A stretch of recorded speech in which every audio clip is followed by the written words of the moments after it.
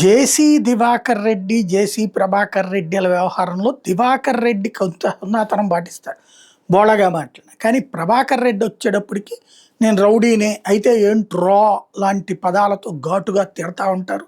శాపనార్థాలు పెడతా ఉంటారు. కాసేపు మంచిగా అనిపిస్తాడు, కాసేపు చెడ్డగా అనిపిస్తాడు. ఎందుకంటే నియోజకవర్గానికి సంబంధించి తాడిపత్రి ఊరికి సంబంధించి బాగు చేసేటటువంటి విషయంలో దబాయించి అయినా డబ్బులు తీసుకొచ్చి చేసి పెట్టేందుకు పాజిటివ్గా ఉంటాడు. అదే సందర్భంలో రౌడీజం చేసినప్పుడు చిరాకు కనిపిస్తే జనానికి. ఇప్పుడు తన ప్రత్యర్థిని హింసించడంలో మాత్రం ఏమాత్రం తగ్గడు. అది అదే వైసీపీ వాళ్ళైతే ఇదిగో ఇంత రౌడీజమా వైసీపీ అని అర్రజన మీడియా రాసుకొచ్చేది. తెలుగుదేశం కాబట్టి అది హైలైట్ చేయదు. అప్పుడప్పుడు మెత్తటి సుత్తుతో నిదానంగా కొడతారనమాట.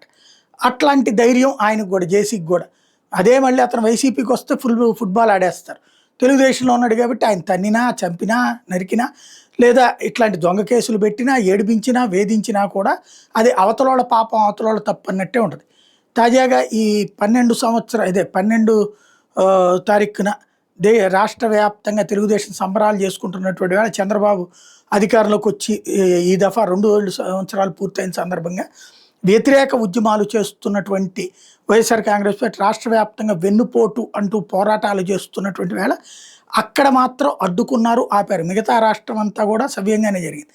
అక్కడ మాత్రం అడ్డుకోవడం, తాడిపత్రిలో పర్మిషన్ ఇవ్వకపోగా ఏదైతే తనకి అనంతపురానికి తరలించడం అన్నటువంటిది కీలకం. అనంతపురం ఎస్పీ ఆఫీస్ దగ్గర పెద్దారెడ్డి ఆందోళన చేపట్టారు.